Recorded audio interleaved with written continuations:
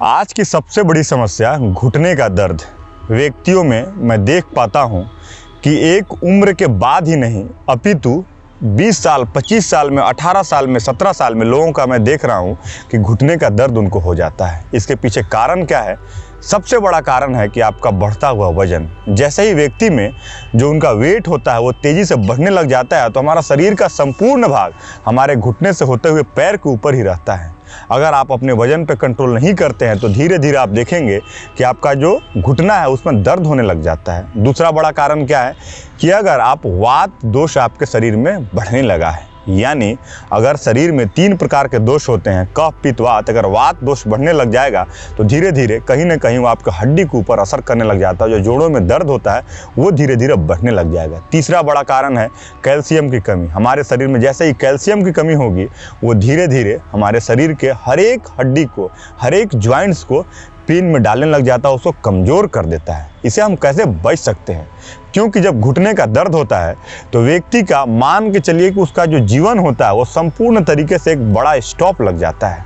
वो अच्छे से चल नहीं सकता है, वो अच्छे से बैठ नहीं सकता है, सोने में कष्ट है, कहीं पहाड़ पे चढ़ नहीं सकते हैं। और ये देश हमारा तीर्थों का क्षेत्र रहा है। हमारे धर्म में तीर्थ का बहुत महत्व है और तीर्थ में अधिकतर जगह हमारे ऊपर ऊपर पहाड़ पे हैं। वो वैष्णो देवी हो, केदारनाथ हो, बद्रीनाथ हो और कई प्रकार के जो भी चीज़ हैं।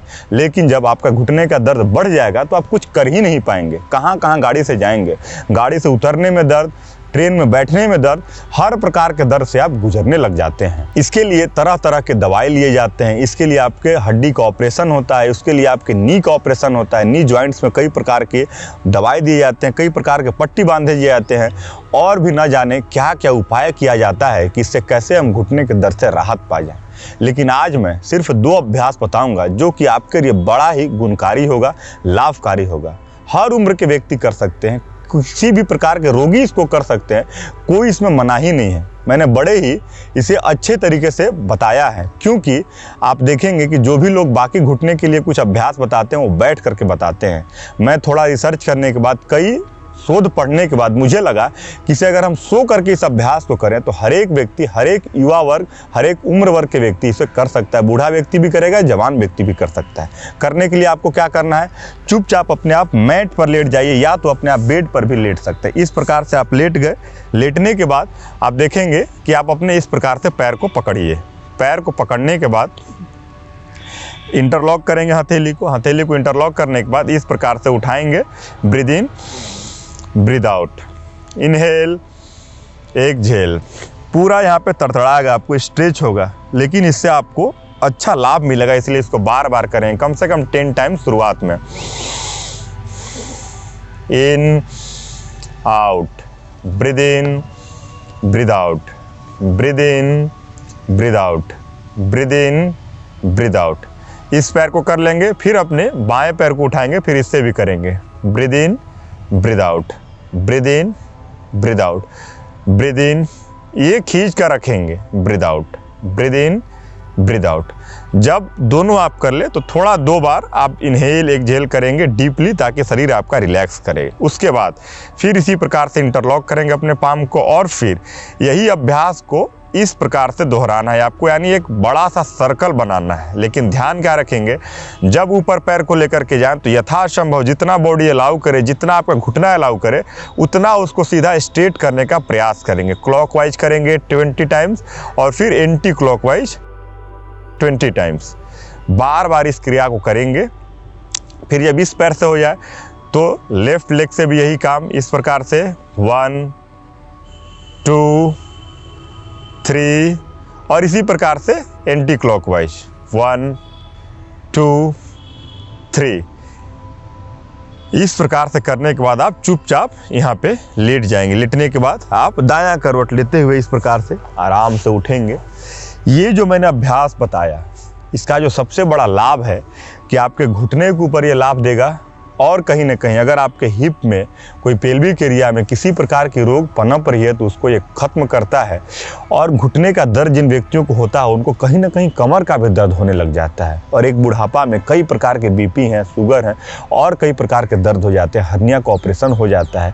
उनके लिए आसान सा उपाय क्या है कि आप सो करके इसको करें, कहीं पर भी लेट जाए और इसी अभ्यास को आप बार बार दोहराएंगे। जब इस अभ्यास को 5 से 10 मिनट आप करते हैं तो आप देखेंगे कि आपके जो घुटने का दर्द था वो धीरे धीरे कहीं ना कहीं खत्म होने लग जाता है।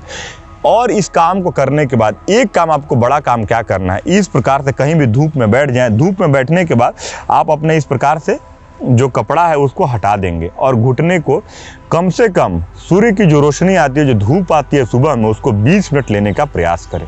दोनों घुटने की इस प्रकार से रख लेंगे और 20 मिनट तक चुपचाप कुछ पढ़ना चाहें तो पढ़ लें, कुछ सत्संग सुनना है तो मोबाइल में वो सुन सकते हैं, ध्यान लगाना तो ध्यान भी ऐसे ही लगा सकते हैं। लेकिन शर्त यह है कि आपके घुटने में कम से कम सुबह का जो धूप है उसे कम से कम 20 मिनट तक आप लें। देखेंगे कि जैसे ही ये लेते हैं आपके लिए बहुत अधिक लाभकारी होगा। और तीसरा उपाय क्या करना है कि थोड़ा तिल का तेल लें और उसमें कपूर डाल दें। कपूर डालने के बाद उसको एक ग्लास के जार में, शीशा में उसको टाइट पैक कर दीजिए और धूप में आप रख दीजिए। आजकल तो विंटर का मौसम चल रहा है, गुनगुना धूप होता है, उसको चुपचाप 6 से 7 घंटा तक रख दें, दिन भर रख दें उसको। और रात में सोने के समय में हल्का उसको लेंगे और इस प्रकार से घुटने में उसको क्लॉकवाइज नहीं करना है, एंटी क्लॉकवाइज लेप कर ले उसको 5-5 मिनट तक दोनों घुटने में। और सोने से पहले ये काम करेंगे और देखेंगे कि इस अभ्यास के साथ में ये जो 2 आप काम करते हैं तो आपके जो घुटने का दर्द है वो धीरे धीरे कहीं ना कहीं गायब होने लग जाता है। क्योंकि हम अधिक से अधिक योग का मानना है कि किसी भी जोड़ में किसी भी जगह पे अगर दर्द हो रहा है तो वहाँ पे हमारी जो प्राण शक्ति है, जो ऊर्जा शक्ति है, उसका छिन्न होने लग जाता है। इस प्रकार से हम प्राण शक्ति को धीरे धीरे बढ़ाने लग जाते हैं और हमारा जो घुटने का दर्द है, जो नी पेन होता है, वो गायब हो जाएगा और जीवन में जो आपको परेशानी हो रही थी वो भी धीरे धीरे गायब होने लग जाती है। तो इस वीडियो को अपने परिवारजनों के साथ, माताओं बहनों के साथ, अपने पिताजी के साथ में जिनके साथ ये दिक्कत है उनके साथ शेयर कीजिए। और भी किसी प्रकार की अन्य जानकारी के लिए हमारे आप कमेंट सेक्शन में कमेंट कर सकते हैं। और इसी प्रकार के योग, अध्यात्म, आयुर्वेद संबंधित जानकारी के लिए आप हमारे चैनल द योगी मंक को सब्सक्राइब कर सकते हैं। बहुत बहुत धन्यवाद।